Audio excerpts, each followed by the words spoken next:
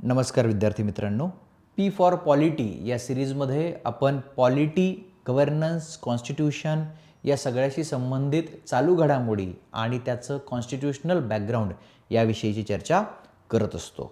तर आजचा आपला टॉपिक आहे तो म्हणजे आज Indian express, the Hindu, Loksatta, Maharashtra times या सगळ्या वृत्तपत्रांमध्ये लोकसभेचं जे अधिवेशन चालू आहे, बजेट सेशन, अर्थसंकल्पीय अधिवेशन जे चालू आहे त्याविषयी एक महत्त्वाची बातमी आलेली आहे किंवा ते सगळं लाईव्ह ब्रॉडकास्ट तुम्ही बघत असाल की विरोधी पक्षनेते जे आहेत लोकसभेचे राहुल गांधी यांनी काल तिथे काही काय आपण म्हणूया पुस्तकातल्या उतार्यांचं किंवा त्यातल्या काही संदर्भांचं वाचन केलं होतं आणि त्या वाचनामुळं काही एक गदारोळ तिकडे निर्माण झाला. मग घटना काय आहे?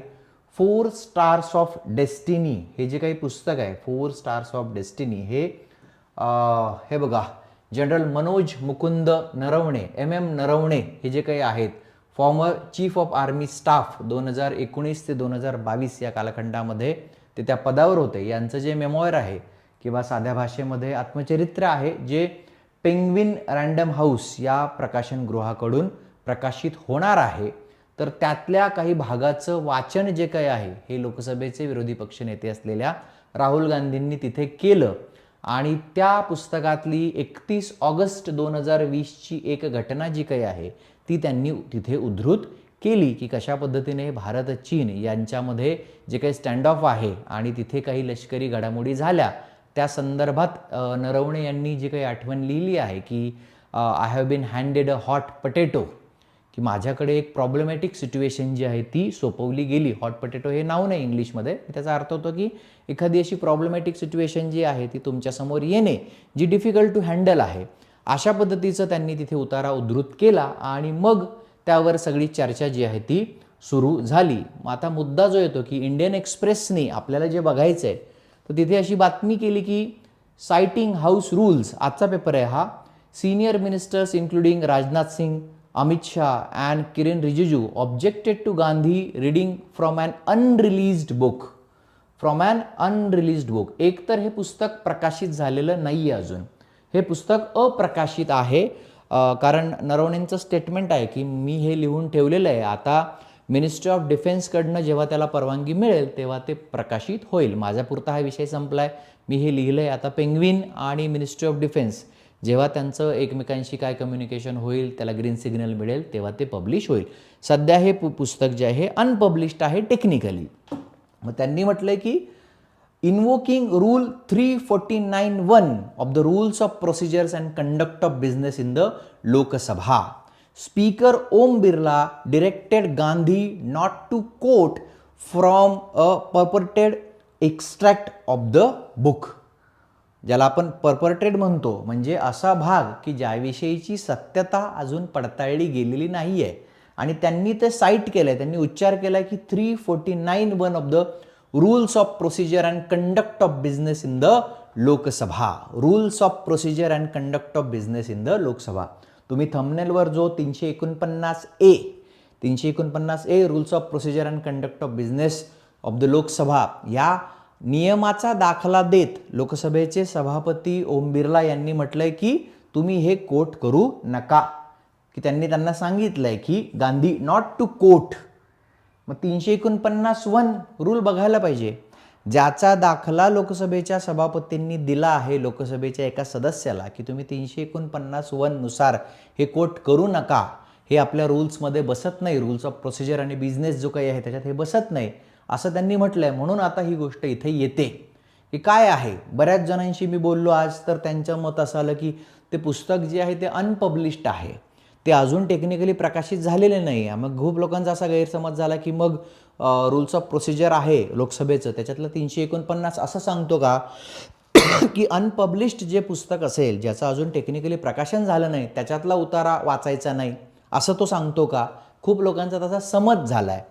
मग आता बघूया खरंच 349(1) तसं सांगतंय का.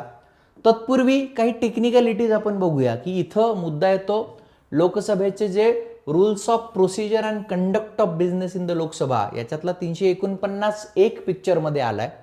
दुसरं आणखी जर तुम्ही वृत्तपत्र पाहिले तर आर्मी रूल्स 1954चं सेक्शन 21 सुद्धा असं सांगतं की जर तुम्हाला अशा पद्धतीचं काही सेन्सिटिव्ह लेखन करायचं असेल तर सेवेत असणाऱ्या लष्करी अधिकाऱ्यांना त्याविषयीची काही बंधनं आहेत.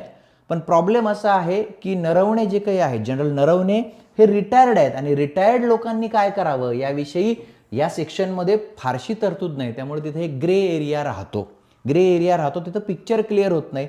प्लस अशाच लेखनाच्या संदर्भात central civil services pension rules 1972 कार्यरत आहेत, ज्याच्यामध्ये 2021 साली एक अमेंडमेंट करण्यात आली, जिथे रिटायर्ड जे काही सर्वंट आहेत, सिव्हिल सर्वंट जे इंटेलिजन्समध्ये काम करतात, सिक्युरिटी एजन्सीजमध्ये काम करतात, त्यांना अशा पद्धतीचे लेखन करण्याकरता मज्जाव केलेला आहे. आपला मूळ हेतू हा रूल 349 पर्यंतच आहे, बट स्टील असे काही रूल्स आहेत की जे अशा प्रकारच्या सेवेतल्या लोकांना किंवा रिटायर झाल्यानंतर काही एक प्रकारे त्यांना रिस्ट्रिक्ट करतात, त्यांचं जे freedom of speech and expression आहे ते. लक्षात येत आहे? सो हे 2-3 मुद्दे इथे इन्क्लूड होतात. आता हे जे रूल्स ऑफ प्रोसिजर आहे, इथे जे आता 349 आपण ज्याच्यातनं घेतलंय, rules of procedure and conduct of business in the Lok Sabha, मुळात लोकसभा किंवा राज्यसभेला अशा प्रकारची नियमावली करणं सभागृहामधल्या सदस्यांसाठी, याचा सोर्स कुठून येतो? तुम्ही कुठल्या अधिकारामध्ये, कुठल्या ऑथॉरिटी अंतर्गत हे रूल्स तयार केले आहेत सभागृहानं, हे बघितलं पाहिजे. म्हणजे 349 कडे जाण्याच्या अगोदर ज्याच्यामुळे 349 बनलंय, rules of procedure and conduct of business in the Lok Sabha बनलंय, त्या घटनेच्या आर्टिकलकडे गेलं पाहिजे. आणि ते आर्टिकल आहे भाग 5 मधलं आर्टिकल 118. आपल्याला माहिती आहे 79 ते 123 युनियनचं लेजिस्लेचर जे काही आहे, तुमचं जे कायदेमंडळ आहे, संसदेसंदर्भातल्या महत्त्वाच्या तरतुदी त्याच्यात येतात. आणि त्याच्यातलं जे 118 आहे भाग 5 मधलं, त्याच्यामध्ये रूल्स ऑफ प्रोसिजरची तरतूद येते. रूल्स ऑफ प्रोसिजरची जी काही आहे तरतूद येते. आणि त्यातलं 118.1 दिसत नसेल तर परत इथे लिहितो. तिथे लिहिलंय ईच हाऊस ऑफ पार्लमेंट, संसदेचं प्रत्येक सभागृह मे मेक रूल्स, हे स्वतःचे नियम बनवू शकतं, फॉर रेग्युलेटिंग, नियमन करण्यासाठी, subject to the provisions of this constitution, its procedure and conduct of its business. म्हणजेच काय, rules of procedure and conduct of business of the Lok Sabha हे बनवण्याचा तुमचा अधिकार हा घटनेच्या 118.1 मधून येतो. ज्या वेळेला तुमची संविधान सभा काम करत होती लेजिस्लेचर म्हणून, तेच रूल्स काही याच्यानंतर संविधान लागू झाल्यानंतर कंटिन्यू झाले आणि त्याच्यामध्ये वेळोवेळी अमेंडमेंट झाल्या, दुरुस्त्या झाल्या आणि याच्यानुसार 118 नुसार हे रूल्स जे आहेत हे पुढे बनत गेले किंवा अपडेट होत गेले. आपल्याला बाकीच्या याच्यात जायचं नाही आहे, पण 118.1 हे आर्टिकल जे लोक UPSC करतायत, महाराष्ट्रातले जे मुलं UPSC करतायत, त्यांना डेक्कन IAS आणि सुभाष अकॅडमीचे हे सगळे लेक्चर्स उपयुक्त आहेत. मराठीतून बोलत असलो म्हणजे काही आपण सबस्टँडर्ड बोलत नाही आहोत, की रिजनल भाषेत, प्रादेशिक भाषेत बोललो आणि मग त्याच्यामुळे मग अरे ह्याच्यामध्ये काहीतरी कमतरता असेल असा हा विषय सोडून द्या. इंग्लिशमध्ये बोललेलं अनेकदा सबस्टँडर्ड असू शकतं. आपण जे बोलतो आहोत हे कॉन्स्टिट्यूशनला धरून आहे. फक्त महाराष्ट्रातल्या मुलांसाठी त्यांनी UPSCमध्ये जास्त मोठ्या प्रमाणात यशस्वी व्हावं ते कळण्याकरता आपण हे रिजनल लोकांशी कनेक्ट करतो आहोत.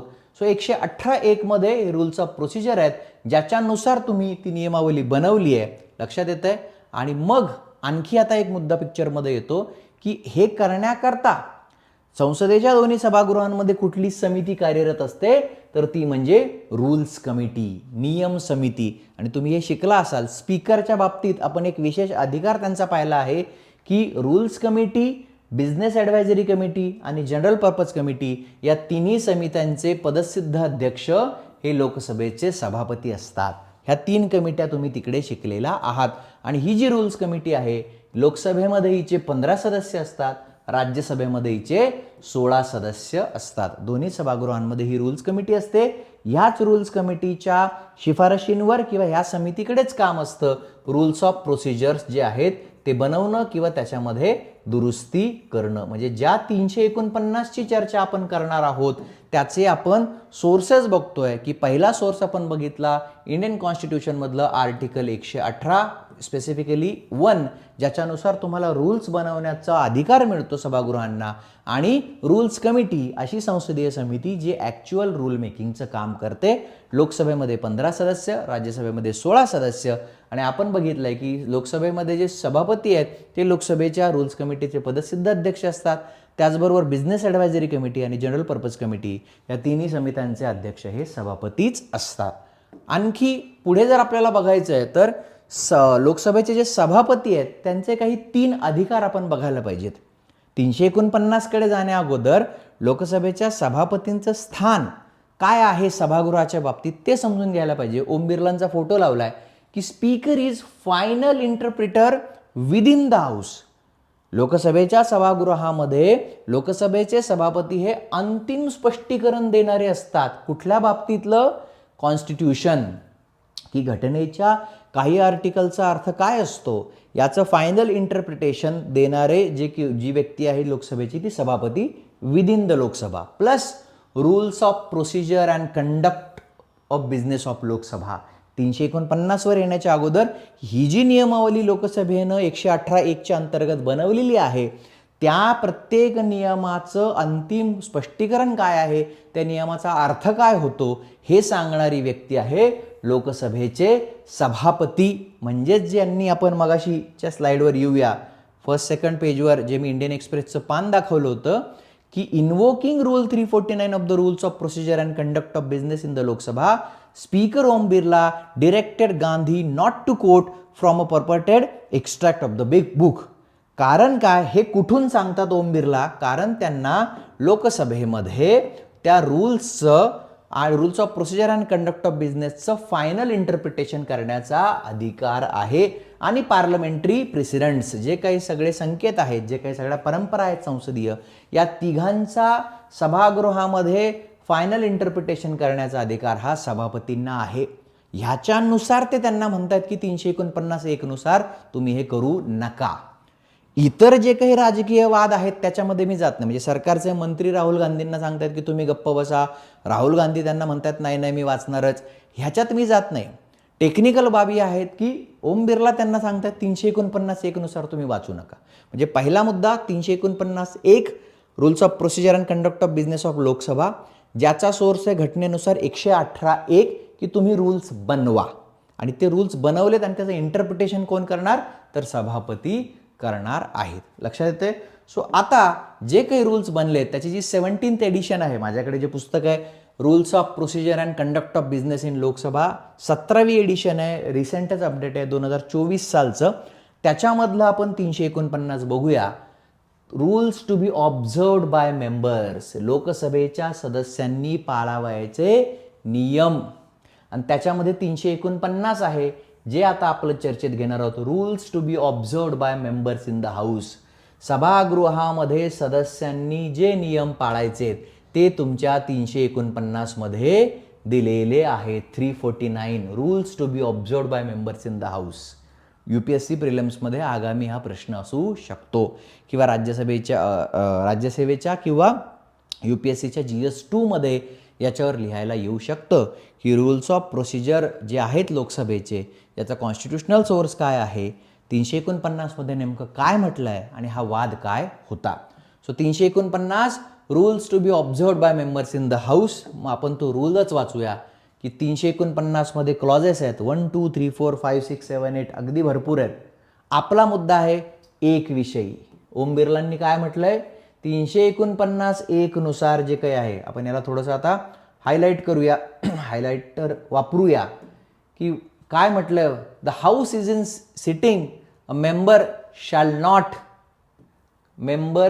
Not read any book, newspaper or letter except in connection with the business of the house.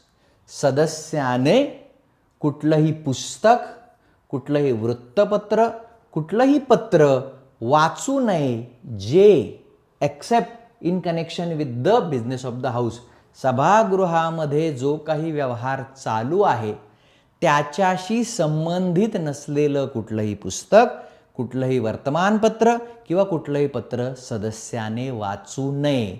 म्हणजे आपला पहिला डाऊट इथं क्लिअर होतो की या केसमध्ये पब्लिश्ड किंवा अनपब्लिश्ड असा कुठलाही संबंध नाही आहे, जो अनेक लोकांना आज वाटतोय की हे पुस्तक अप्रकाशित आहे म्हणून वाचू नका, असं काहीही 349(1) मध्ये नाही. ओम बिर्लांनी जे म्हटलंय की सभागृहामध्ये जे चाललेलं आहे त्याच्याशी संबंधित हे पुस्तक नाही म्हणून तुम्ही वाचू नका. प्रकाशित अप्रकाशितचा कोणताही संबंध 349(1) नाही सांगत. मग राहुल गांधी त्याच्यावर म्हणतात की तुम्ही असं कसं म्हणता की हे संबंधित नाही आहे. ते म्हणतात की मी राष्ट्रपतींच्या भाषणाला उत्तर म्हणून हे वाचतोय, किंवा मला सभागृहामध्ये एक जे आहेत सदस्य सूर्या जे काही आहेत ते म्हणले की तुम्ही पॅट्रिओटिक आहात की नाही ते सिद्ध करा, याच्यावर मी उत्तर देतोय. बट प्रॉब्लेम पुन्हा हाच आहे की Om Birla is the final interpreter. Om Birla, being a speaker, he is the final interpreter of the constitution and rules of procedure and conduct of business in the house. त्यामुळं अल्टिमेटली ही विल डिसाइड की राहुल गांधींनी वाचलेलं जे काही आहे हे सभागृहाच्या बिझनेसशी संबंधित आहे की नाही, तेच फायनल इंटरप्रिटर आहेत या रूल्सचे. त्यामुळं इथं जो मुद्दा येतो की 349(1) तुम्हाला क्लिअर सांगतो की सभागृहाशी संबंधित नसेल तर तुम्ही वाचू शकत नाही, सभागृहाच्या बिझनेसशी अदरवाईज तुम्ही वाचू शकता. प्रकाशित असणं अप्रकाशित असणं याचा कोणताही संबंध नाही. तो गैरसमज जो आहे तो दूर करा. लक्षात येतंय? सो आपला हेतू फक्त 349(1) विषयीच होता. बाकी मग अनेक आहेत त्याच्यात की shall not interrupt any member while speaking by disorderly expression or noises or in any other disorderly manner. एखादा सदस्य बोलत असताना आवाज करून हा हा ही हू हू करून काहीतरी एक्सप्रेशन देऊन त्याला थांबवू नये. पण आता आपल्याला माहिती आहे हे पाळलं जातं की नाही पाळलं जात. टेक्निकली ते लिहिलं आहे, कोण पाळतं आपण सगळे रोज ते बघतोय. Shall go to the chair while entering or leaving to the house. सभागृहात येताना आणि सभागृहाच्या बाहेर जाताना अध्यक्षपदी जे बसलेले आहेत त्यांना बो डाऊन करावं, झुकून नमस्कार करावा. कोण कोणाला नमस्कार झुकून करतंय हेही आपल्याला माहिती आहे. Shall not pass between the chair सगळंच आपल्याला माहिती आहे, पण आता लिहिलंय, लावून दिलंय, आपण म्हणतो ना आलंय तर वाचूया. Shall not leave the house when the speaker is addressing the house. Shall always address the chair. केवळ सभागृहाच्या अध्यक्षांना तिथे बोलावं. बाकी मग सगळं जसं शाळेमध्ये असतं की आपल्या आपल्या जागेवर बसावं. Shall maintain silence Wien not speaking the house. तुम्ही बोलत नसाल तेव्हा शांतता पाळावी. ही पाळली जाते की नाही हे आपल्याला माहिती आहे. त्यामुळे हे रूल्स ऑफ प्रोसिजर आहेत 349. या 349 मध्ये ऑलमोस्ट शेवटचं जर पाहिलं तर 18 जवळपास इथं दिलेले आहेत. 18 कसले 23 रूल्स आहेत, 23 क्लॉजेस आहेत. याच्यात बरंच काही दिलं आहे. हे पाळलं जातं की नाही हे आपल्या सगळ्यांनाच ठाऊक आहे. पण आता त्यांनी 349(1) जे काही आहे ते राहुल गांधींना सांगितलं आहे. सिव्हिल सर्व्हिसेसचे ॲस्परंट म्हणून आपल्याला पॉलिटिकली काही फार बोलण्याची मुभा नसते परीक्षेमध्ये. तर आपण एकच सांगू शकतो की पुस्तक प्रकाशित असणं आणि अप्रकाशित असण्याचा संबंध नाही आहे. जर बिझनेसशी संबंधित नसेल तर तुम्ही वाचू शकत नाही. But who will decide? The speaker will decide. की ते सभापती ठरवतील की तुमचा संबंध आहे की नाही. लक्षात येत आहे? सो आपण बघितलं आर्टिकल 118 त्याच्यानुसार तयार झालेले रूल्स ऑफ प्रोसिजर आणि स्पीकर आणि रूल्स कमिटी किती सदस्य आहेत आणि सगळंच जे चालू आहे ते. जाता जाता शेवटचं वाक्य एकच सांगतो की डॉक्टर बाबासाहेब आंबेडकरांचं एक महत्त्वाचं विधान आहे. त्याचा आशय असा आहे की सत्ताधारी बना. सत्ताधारी बनल्यावर तुम्ही फायनल इंटरप्रिटर होता आणि मग तुम्ही न्याय करू शकता. लक्षात येतंय? P for Polity बघत राहा. धन्यवाद.